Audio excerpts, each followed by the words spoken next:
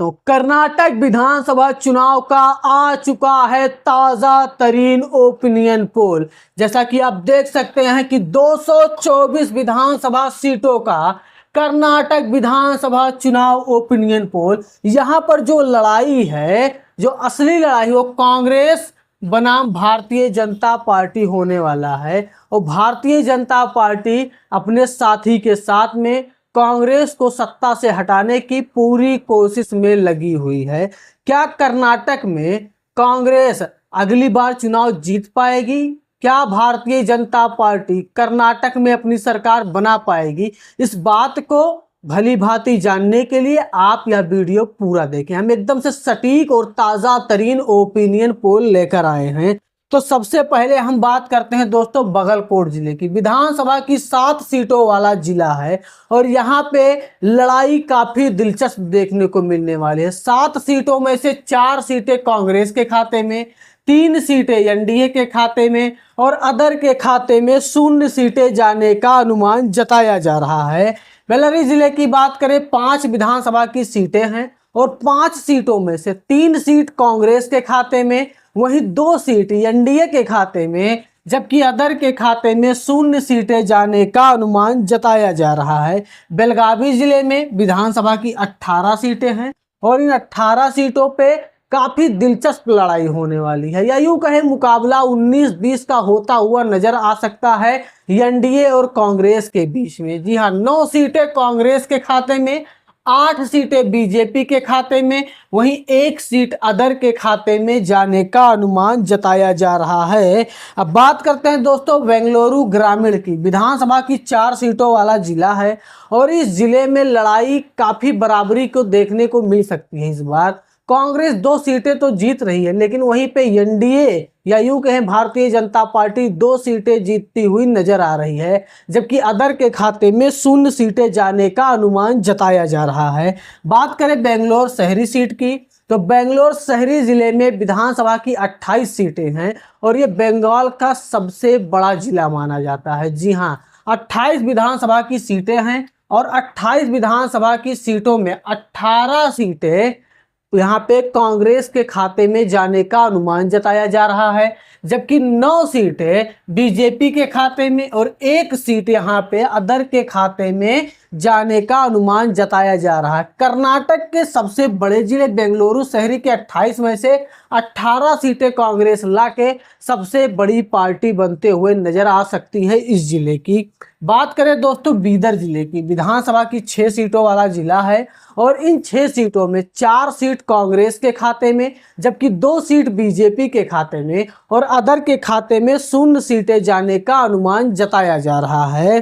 बात कर लेते हैं बीजापुर की। तो बीजापुर में विधानसभा की 8 सीटें हैं और 8 सीटों में कांग्रेस काफी मजबूती के साथ में 5 सीटें जीतती हुई नजर आ सकती है, जबकि 3 सीटें बीजेपी और अदर के खाते में 0 सीटें जाने का अनुमान जताया जा रहा है।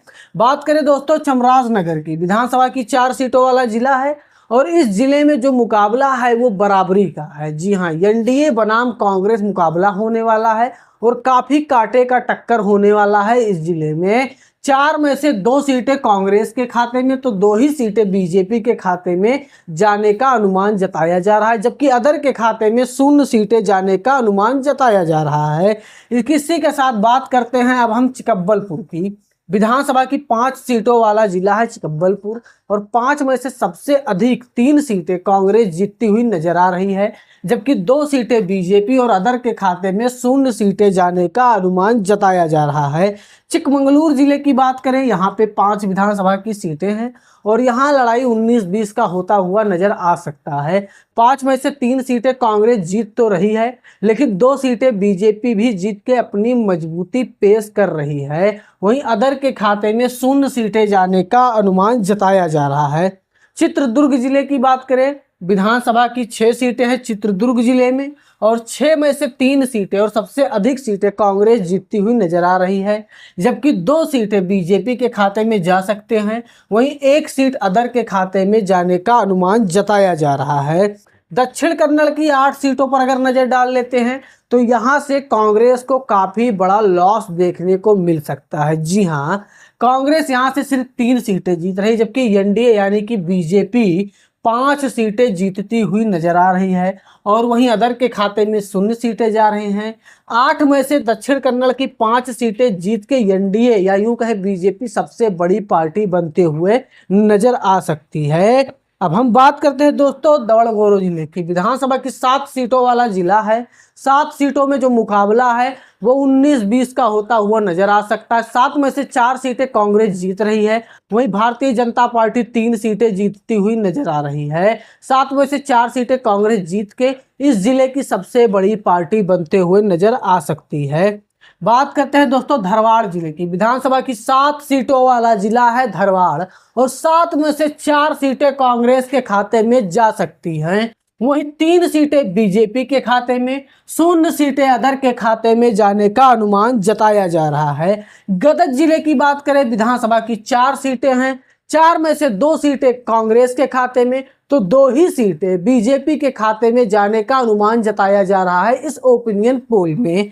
अब बात करें गुलबर्ग के ओपिनियन पोल की, तो यहाँ पे विधानसभा की 9 सीटें हैं। 9 सीटों में से सबसे अधिक सीटें या 5 सीटें कांग्रेस जीतती हुई नजर आ सकती है, जबकि बीजेपी 4 सीटें जीत सकती है। अदर के खाते में 0 सीटें जाने का अनुमान जताया जा रहा है।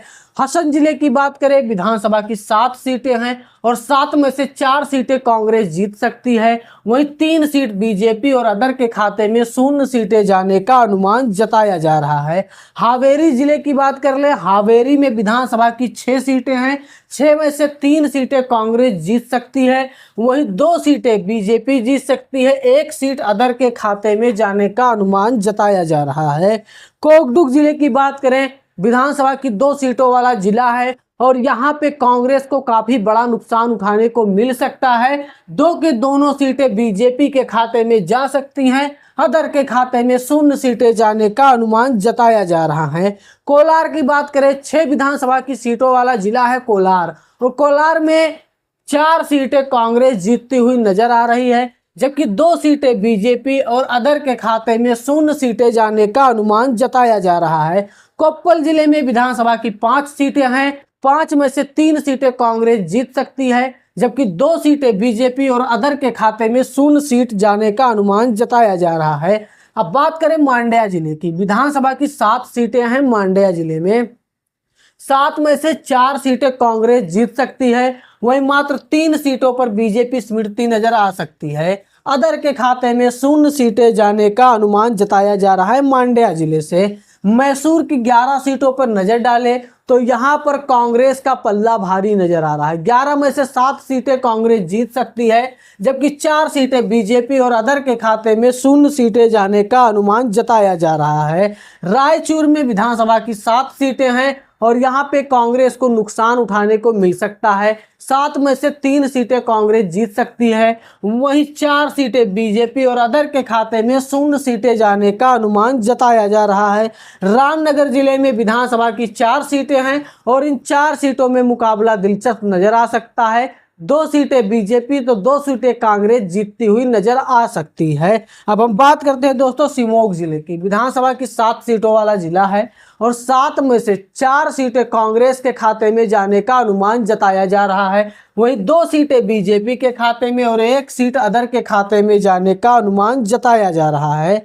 तुमकुर जिले में विधानसभा की 11 सीटें हैं, 11 में से 6 सीटें कांग्रेस जीत सकती है, वहीं 4 सीटें बीजेपी और 1 सीट अदर के खाते में जाने का अनुमान जताया जा रहा है। उत्तर कन्नड़ की बात करें, विधानसभा की 6 सीटें हैं, 6 में से सिर्फ 2 सीटों पर कांग्रेस सिमटती हुई नजर आ सकती है, वहीं 4 सीटें लाकर सबसे बड़ी पार्टी बन सकती है उत्तर कन्नड़ की बीजेपी और अदर के खाते में 0 सीटें जाने का अनुमान जताया जा रहा है। यदगिर की बात करें, 4 विधानसभा की सीटें हैं, 2 सीटें कांग्रेस के खाते में तो 2 ही सीटें बीजेपी और अदर के खाते में 0 सीटें जाने का अनुमान जताया जा रहा है। बात करते हैं दोस्तों विजयनगर जिले की।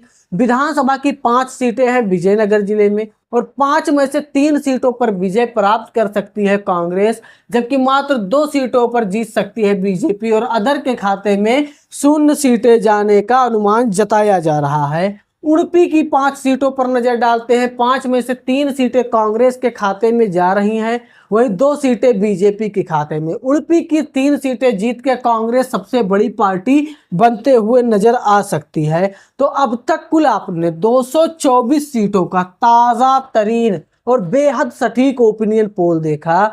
इसमें यानी कि 224 सीटों में से सिर्फ 6 सीटें अदर के खाते में जाने का अनुमान जताया जा रहा है, वहीं 94 सीटें बीजेपी के खाते में जा सकती हैं, जबकि 124 सीटें या बहुमत से काफी ज्यादा सीटें कांग्रेस के खाते में जाने का अनुमान जताया जा रहा है इस ओपिनियन पोल के माध्यम से। आपका इस ओपिनियन पोल के बारे में क्या राय है? आप अपना राय जरूर दें। हम मिलते हैं अपनी अगली वीडियो में। धन्यवाद।